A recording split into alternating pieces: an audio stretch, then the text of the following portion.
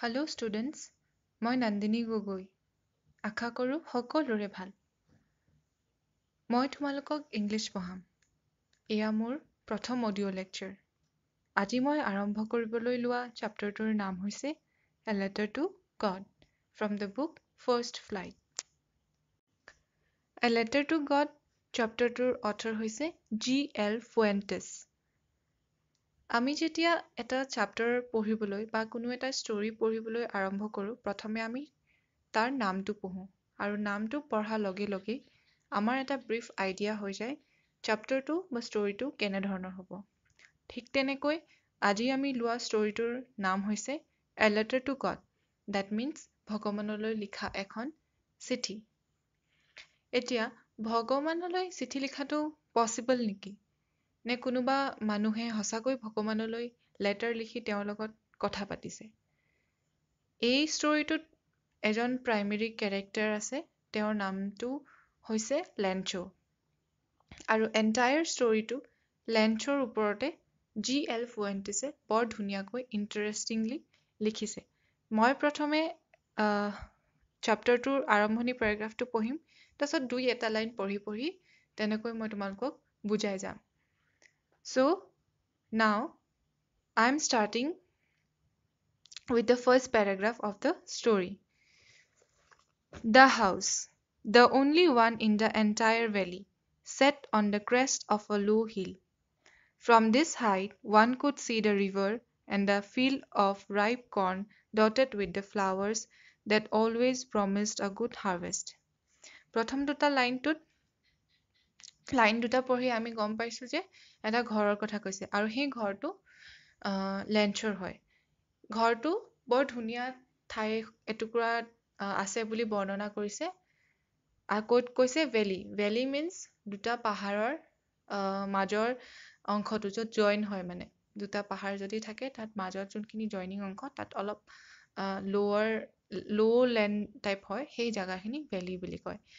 আৰু ঘৰটো সেইখিনিতে ভেলিত অৱস্থিত আছিল।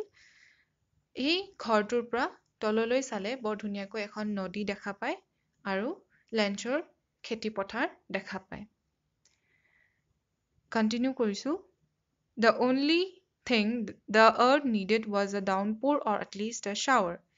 আৰু এটা বস্তুৰে প্ৰয়োজন আছিলে, সেইটো হৈছে বৰষুণ। ডাউনপ'ৰ বুলি কৈছে, তাৰমানে বৰষুণৰ কথা কৈছে।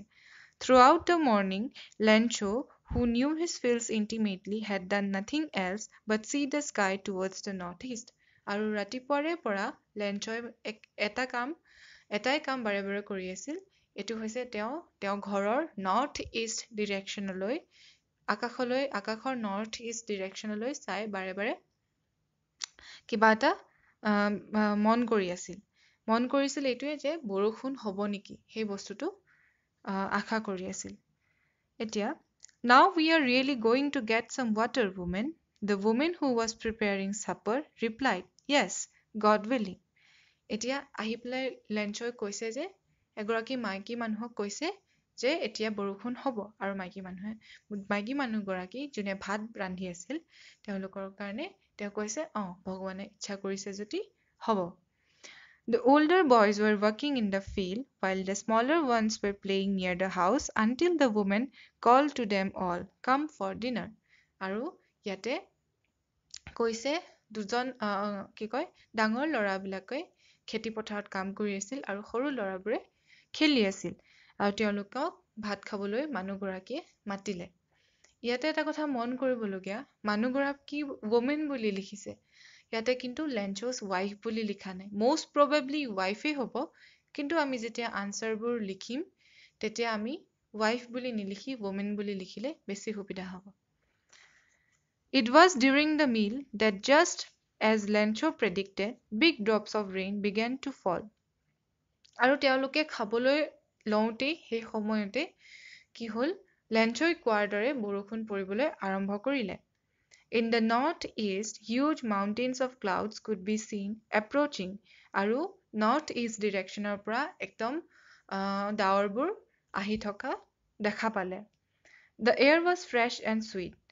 The man went out for no other reason than to have the pleasure of feeling the rain on his body, and when he returned, he exclaimed, "These are not raindrops falling from the sky, they are new coins." আৰু বতাহজাক বহুত fresh আছিলে। লেঞ্চই কি কৰিলে, বাহিৰলৈ ওলাই গৈ বৰষুণৰ অনুভৱ ল'বলৈ ওলাই গ'ল। আৰু সি লগে লগে এইটো কথাও ক'লে যে এই যে বৰষুণৰ টোপালবোৰ পৰিছে, এইবোৰ বৰষুণ নহয়, এইবোৰ যেন টকাহে, এটা এটা টকা। কিয় কৈছে? কাৰণ বৰষুণৰ টোপালবোৰ পৰিলে মানে কি হ'ব, হাৰ্ভেষ্টিং বা খেতিপথাৰ ভাল হ'ব। খেতিপথাৰ ভাল হ'লে কি হ'ব, তেওঁলোকে পইচা আৰ্ণ কৰিব পাৰিব। সেইকাৰণে কৈছে যে the big drops are 10 cent pieces and the little ones are 5। আৰু কৈছে যে ডাঙৰ টোপালবোৰ যেন 10 cent pieces, 10 টকা যেন, আৰু সৰুবোৰ 5 টকাৰ দৰে। Next paragraph continue কৰিছো। With a satisfied expression, he regarded the field of ripe corn with its flower draped in a curtain of rain.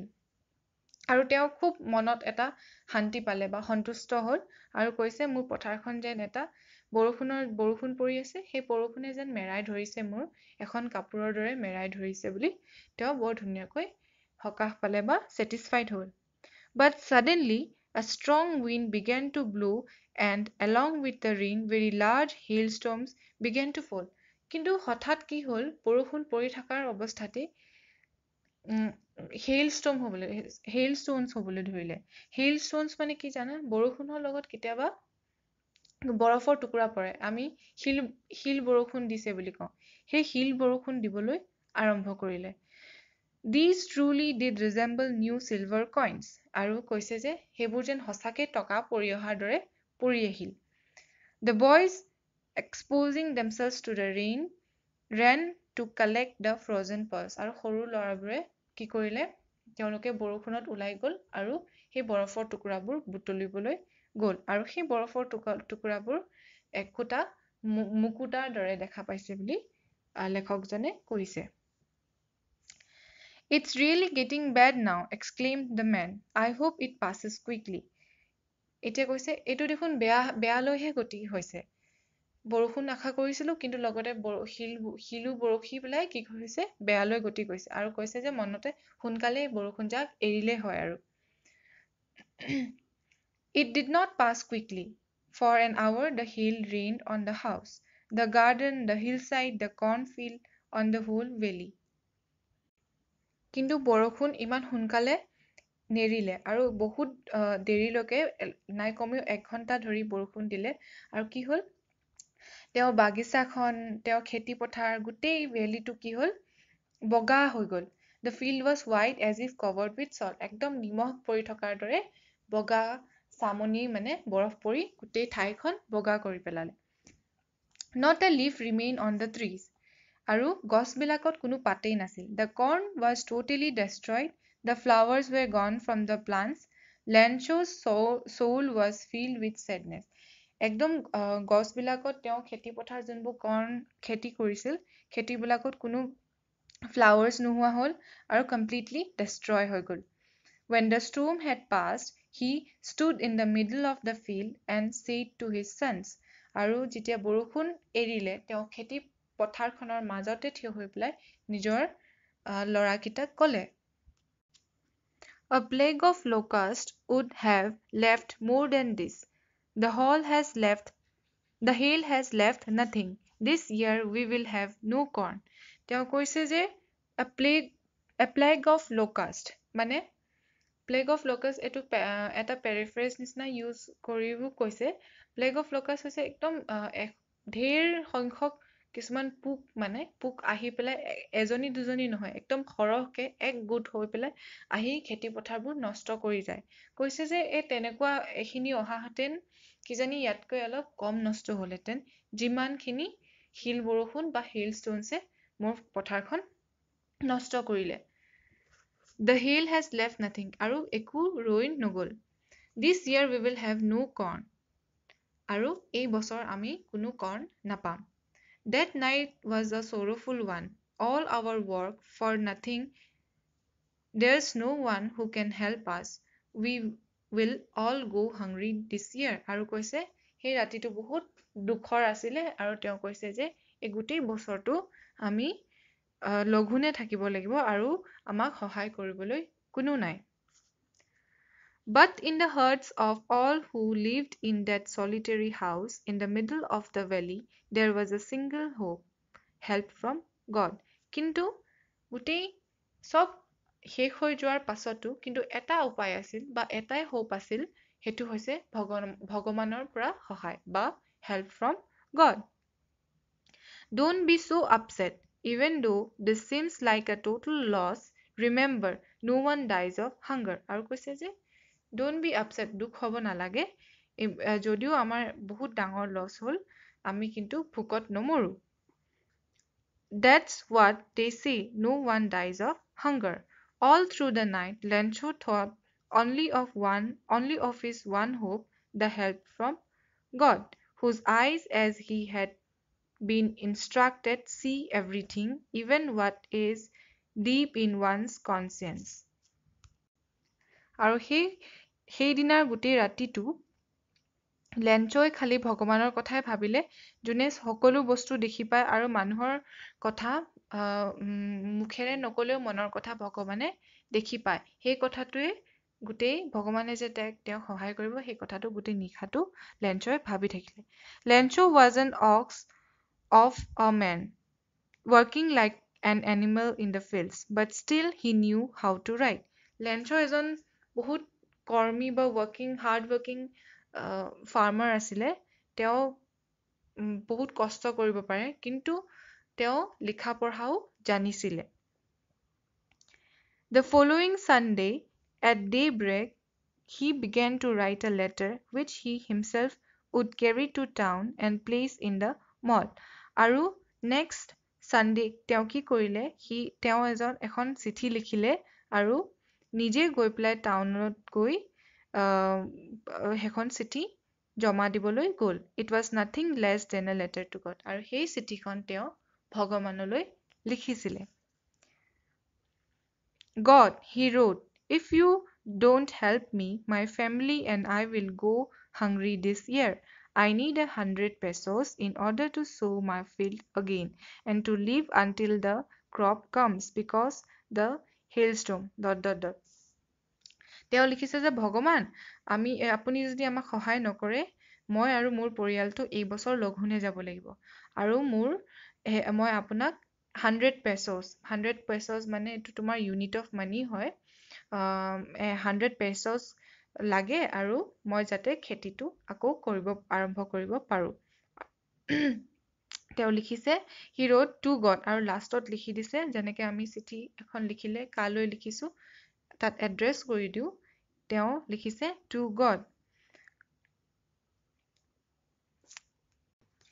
তেনেকৈ লিখি তেওঁ চিঠিখন জমা দিবলৈ ধুনীয়াকৈ ষ্টাম্প লগালে আৰু লেটাৰখন ড্ৰপ বক্সত ভৰাই দিলে One of the employees who was a postman and also helped at the post office went to his boss laughing heartily and showed him the letter to God আৰু তাৰে এজন এমপ্লয় যোনে postmen আছিলে যোনে লেটাৰবোৰ গৈ পেলাই বেলেগ মানুহক ডিস্ট্ৰিবিউট কৰে তেওঁ যেতিয়া হেখন টু গড বুলি দেখা পালে খুব হাঁহিলে আৰু আনকো তেওঁৰ লগত থকা মানুহকো দেখাই পেলাই তেওঁ হাঁহি ফুৰ্তি কৰিলে যে কোনোবাই ভগৱানলৈও চিঠি লিখে নেকি Never in his career as a postman had he known that address আৰু তেওঁ গোটেই জীৱনৰ কিবা কেৰিয়াৰটোত কোনো এটা টু গড এড্ৰেছ বা এড্ৰেছটো তেনেকুৱা ইমানবোৰ চিঠি বিলালে কিন্তু তেনেকুৱা এটা এড্ৰেছ তেওঁ পোৱা নাছিল The postmaster a fat amiable fellow also broke out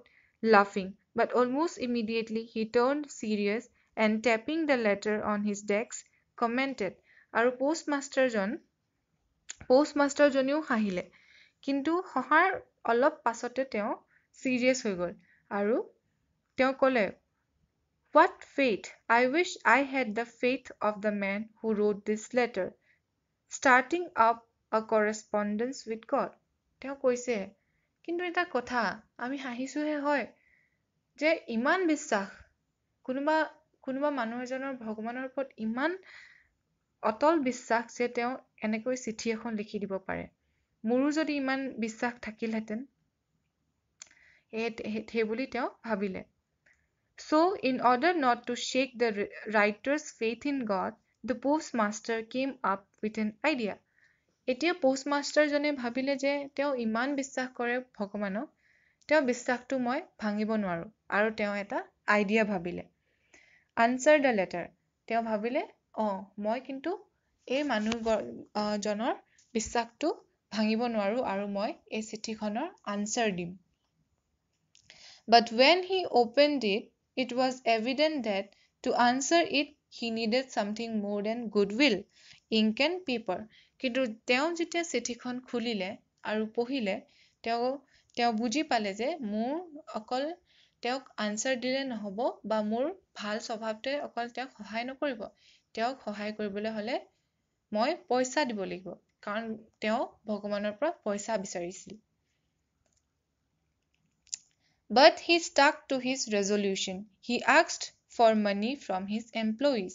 He himself gave part of his salary and several friends of his were obliged to give something for an act of charity. আৰু তেওঁ কি কৰিলে তেওঁ employees বিলাকৰ পৰা অলপকৈ টকা গোটাই তেওঁ নিজেও নিজৰ স্যালাৰীৰ হাফ এমাউন্ট দি দিছে আৰু বেলেগ তেনেকৈ নিজৰ বন্ধু বৰ্গৰ পৰা খুজি for an act of charity মানে অলপ সহায় কৰাৰ aim লৈ তেওঁ পইচাখিনি দি answer কৰিবলৈ সিদ্ধান্ত ললে It was impossible for him to gather together the 100 pesos কিন্তু তেওঁ ইমানবোৰ বিচৰাৰ পিছতো কিন্তু তেওঁ যিটো এমাউন্ট বিচাৰিছিলে লেঞ্চয়ে 100 pesos তেওঁ গোটাব নোৱাৰিলে So he was able to send the farmer only a little more than half কিন্তু তেওঁ অলপ হাফ এমাউন্টতকে অলপ বেছিকৈ দিবলৈ পাৰিলে He put the money in an envelope addressed to Lancho and with it a letter containing only a single word as a signature God আৰু তেওঁ কি কৰিলে যিমানখিনি এমাউন্ট গোটাব পাৰিলে সেই এমাউন্টখিনি লেঞ্চৰ এড্ৰেছত দি দিলে আৰু তাত অকল একমাত্ৰ এটাই শব্দ লিখিলে হেতু হৈছে God Next the following Sunday Lancho came a bit earlier than usual to ask if there was a letter for him It was the postman himself who handed the letter to him while the postmaster experiencing the contentment of a man who has performed a good deed looked on from his office Next Sunday লেঞ্চয়ে সদায় যিমান সোনকালে আহে তাতকৈ অলপ বেছি সোনকালে আহিলে সদায় যেটো সময়ত আহে তাতকৈ অলপ বেছি সোনকালে আহি সুধিলে যে মোৰ নামত কিবা চিঠি আছে নেকি তেতিয়া সেই পোষ্টম্যান জনে নিজেই চিঠিখন বা লেটাৰখন তেওঁক হেণ্ডওভাৰ কৰিলে আৰু হেণ্ডওভাৰ কৰি মনতে এটা খুব শান্তি পালে যে তেওঁ এটা ভাল কাম কৰিছে বুলি মনত অলপ satisfaction hall Lancho showed not the slightest surprise of seeing the money such was his confidence but he became angry when he counted the money Lancho যেতিয়া চিঠিখন পালে যেতিয়া ৰিটাৰ্ণ আনসাৰ পালে তেওঁ কিন্তু কোনো আচৰিত হোৱা নাছিলে ইমানেই বিশ্বাস আছিল যে ভগৱানে তেওঁক ৰিপ্লাই দিবই বা ভগৱানে তেওঁক সহায় কৰিবই বুলি তেওঁ পুৰা কনফিডেন্ট আছিলে তেওঁ অকমানো চিঠিখন পাই পেলাই আচৰিত হোৱা নাই বা শ্বকড হোৱা নাই বৰঞ্চ তেওঁ শ্বক নহৈ পেলাই কি হল তেওঁৰ খংহে উঠিলে খং এটো কাৰণে উঠিলে কাৰণ তেওঁ যিমান টকা বিচাৰিছিল হিমান টকা তেওঁ হেল্প নাপালে ভগৱানৰ পৰা God could not have made a mistake, nor could he have denied Lancho what he had requested. তেওঁ ভাবিলে ভগৱানেতো কেতিয়াও ভুল কৰিব নোৱাৰে আৰু ভগৱানে মোক সহায় কৰিব আৰু মই যিটো বিচাৰিছো সেইটো ভগৱানে দিছে তেনেহলে গণ্ডগোলটো ক'ত হ'ল Immediately, Lancho went up to the window to ask for paper and ink. On the public writing table, he started to write with much wrinkling of his brow caused by the effort he had to make to express his ideas.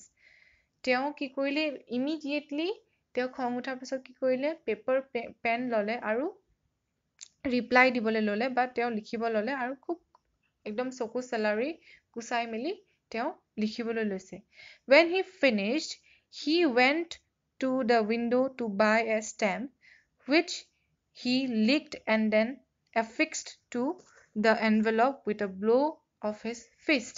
আৰু কি কৰিলে লিখি শেষ হোৱাৰ পিছত কি কৰিলে stamp এটা কিনিলে কিনি পেলাই থু অকণ লগাই বন্ধ কৰি দিলে ষ্টাম্পটো লগাই কি কৰিলে তাত লগাই দিলে আৰু একদম হাতৰ মুঠিটোৱে একদম জোৰকৈ দবাই পেলাই বন্ধ কৰি দিলে The moment the letter fell into the mailbox, the postmaster went to open it. আৰু যেতিয়া চিঠিখন মেইল বক্সটোত গৈ পৰিলগৈ লগালগ পোষ্টমাষ্টাৰে খুলিলে খোলাৰ পিছত তেওঁ কি লিখিছিলে লেঞ্চৰ চিঠিখনত কি লিখিছিলে শুনা It said, God, of the money that I asked for, only 70 pesos reached me. Send me the rest. Since I need it very much, but don't send it to me through the mailbox because the post employs a bunch of crooks. Lancho. তেওঁ কি কৰিলে লিখিছে যে চিঠিখনত ভগৱান মোক immediately বাকি টকাকেইটা লাগে মই 70 পেছজহে পালো আপুনি দিয়া 70 পেছজ মই পালো আৰু বাকি টকাকেইটা মোক লাগে কিন্তু আপুনি এই টকাকেইটা মেইল বক্সত থ্ৰু দি নিদিব বিকজ মেইল বক্সৰ থ্ৰু দি দিলে কি হয় পোষ্ট অফিচৰ এমপ্লয়িজ বিলাকে অলপ গণ্ডগোল কৰে তেওঁলোক a bunch of crooks বুলি কৈছে যে এই পইচাটো যে তেওঁ নাপালে এই নোপোৱা কাৰণটো হৈছে পোষ্ট অফিচৰ মানুহবিলাকে হয়তো পইচাটো ৰাখি থলে বুলি তেওঁ ভাবিছে আৰু লাষ্টত লিখি দিছে লেঞ্চো এতিয়া কেনেকুৱা পালা পঢ়ি বুজি পালা চাগে সকলোৱে এই চেপ্টাৰটোত এইটো কথাই বুজাইছে যে মানুহ এজনে মানুহৰ ভগৱানৰ প্ৰতি এটা বিশ্বাস প্ৰথম কথা এইটো দেখাইছে আৰু দ্বিতীয়তে এটা অলপ ওপেন এন্ডিং নিচিনা ৰাখিলে ষ্টৰীটো যে ভগৱানক আজিকালি ভগৱানক বিশ্বাস কৰে কিন্তু মানুহক বিশ্বাস নকৰে প্লাস আৰু এই পোষ্টমাষ্টাৰ জনে যোনে নিজৰ স্যালাৰি হাফ স্যালাৰি দি পেলাই বেলেগ কষ্ট কৰি বেলেগৰ পৰা গোটাই মেলি তেওঁ সহায় কৰিলে কিন্তু লাষ্টত তেওঁ কি পালে লাষ্টৰ লেঞ্চই তেওঁকেই সন্দেহ কৰিলে বৰ ধুনীয়া এটা ষ্টৰী হয় সকলোৱে বুজি পালা বুলি আশা ৰাখিলো আগলৈ আমি আৰু পঢ়িম এতিয়ালৈ ইয়াতে সামৰিছো থ্যাংক ইউ